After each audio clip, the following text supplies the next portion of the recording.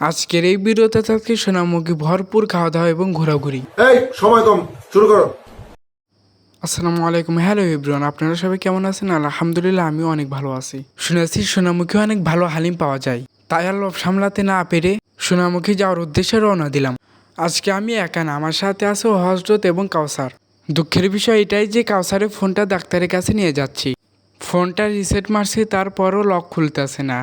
আসলে কাউসার ফোনের প্যাটার্নটাও ভুলে গেছে, তাই আর কি ডাক্তারের কাছে নিয়ে যাচ্ছি। শুধু ফোনটাও না, একটা সাইকেলকেও চিকিৎসা করতে হবে, তাই ডাক্তারের কাছেও সাইকেলটাও নিয়ে যাচ্ছি।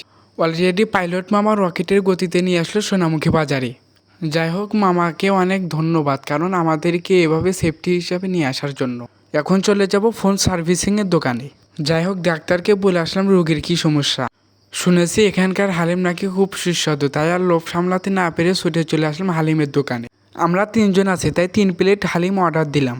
হালিম দেখেই তো জিভায় জল এসে পড়ল। ঝটপট করে হালিমগুলো খেয়ে নিলাম। খেতে না খেতেই শুনি এখানকার বড়াও নাকি অনেক সুস্বাদু, তাই বড়াটাও খেয়ে নিলাম। খাওয়া দাওয়া শেষ করে দেখি মাগরিবের আজান দিতে আছে, তাই আর ওখানে দেরি না করে অজু টজু করে চলে আসলাম মসজিদের ভিতরে।